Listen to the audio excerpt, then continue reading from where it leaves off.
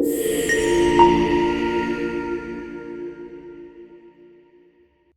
Assalamualaikum warahmatullahi wabarakatuh.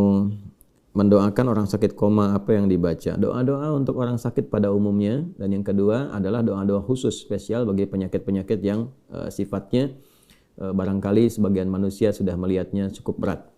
Ya, doa-doa yang umum kita bisa bermohon kepada Allah seperti yang diajarkan Nabi sallallahu alaihi wasallam, itu kan Allahumma innaka antas syafi la shifaa illa bi shifaaika, ya Allahumma shfi shifaan ajila shifaan la yughadiru saqama, misal itu yang paling standar.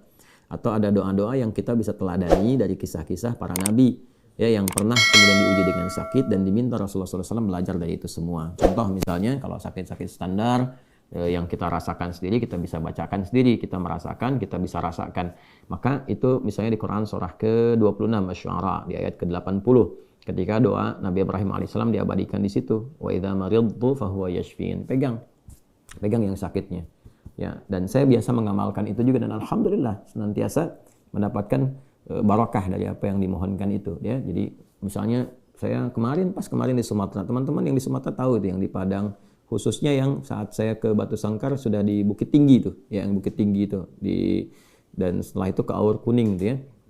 Itu kan teman-teman tahu sendiri ya, suara itu hampir hilang gitu, dan ada satu momentum yang benar-benar hampir hilang ya. Di Kalimantan bahkan hilang sama sekali. Waktu itu pernah saya ke Kalimantan, mudah-mudahan teman-teman insya Allah kita rencanakan sekali lagi.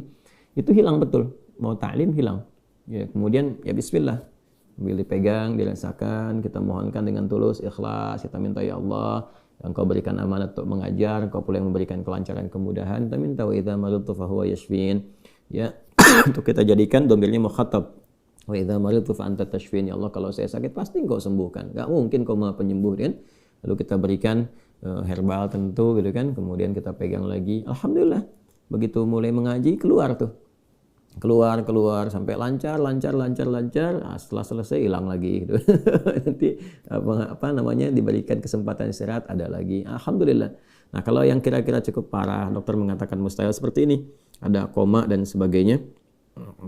Nah, ini yang seperti ini bisa doanya Nabi Ayyub alaihissalam. Itu di Quran surah ke-21. Coba ya lihat. Quran surah Al-Anbiya 21 ayat 83 sampai 84. Ayat 83-nya Allah Subhanahu wa taala menyampaikan wa ayyuba idna rabbahu anni massani yadhurru wa anta arhamur rahimin. Itu doanya. Ya, dan aku buka, kata Allah, kisah Ayyub alaihissalam, dan belajarlah dari kisah Ayyub alaihissalam ketika beliau diuji dengan penyakit. Penyakitnya dulu ya disimpulkan bahwa tidak sulit untuk bisa mengatasinya. Tidak ada orang yang pernah mengalami itu, dan tidak ada orang yang diuji dengan itu setelahnya. Artinya kan melebihi apa yang diuji orang-orang kekinian.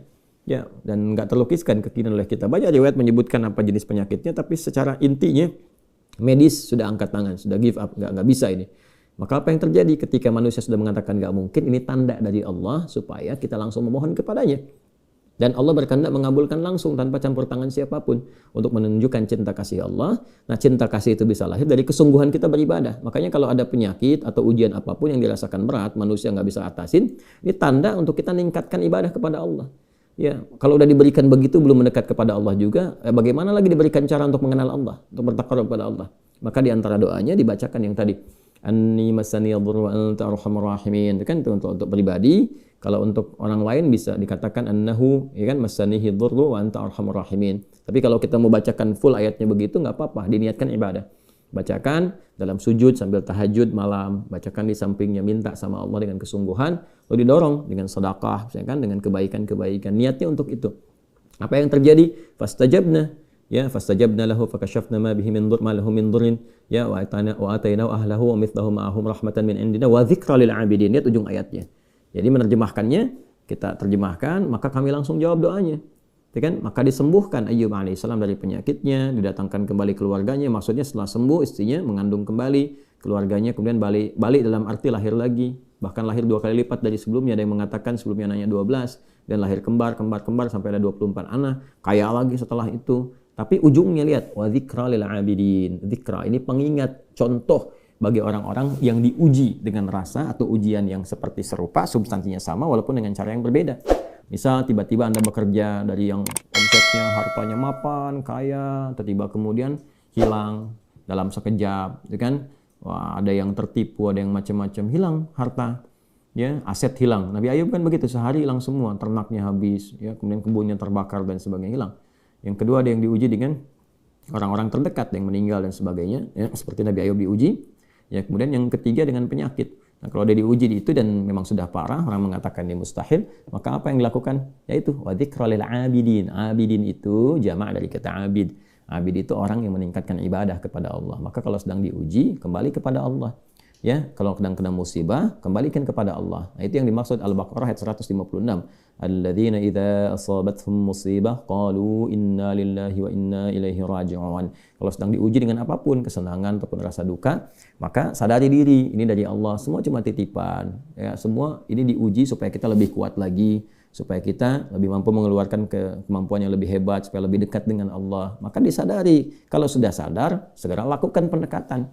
Lakukan pendekatan kepada Allah, tingkatkan ibadah, ya, mohon doa, sabar jalan itu, sabar dulu. Sabar itu bukan diam, sabar itu terima sebagai ujian, ambil hikmahnya, tingkatkan ketaatan. Jadi kita bisa bangkit lagi, move on. Ya, setelah itu apa yang terjadi? Ayat 157-nya, ulaika alaihim salawatu mir rabbihim.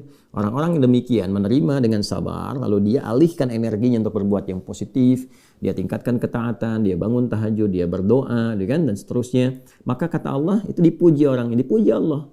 Ya, wa rahmah, dirahmati oleh Allah. Begitu dirahmati, wa ulaika humul muhtadun, dan kemudian diberikan petunjuk oleh Allah untuk mengatasi persoalan yang sedang dia hadapi. Kadang-kadang langsung oleh Allah diberikan pancaran kemuliaannya.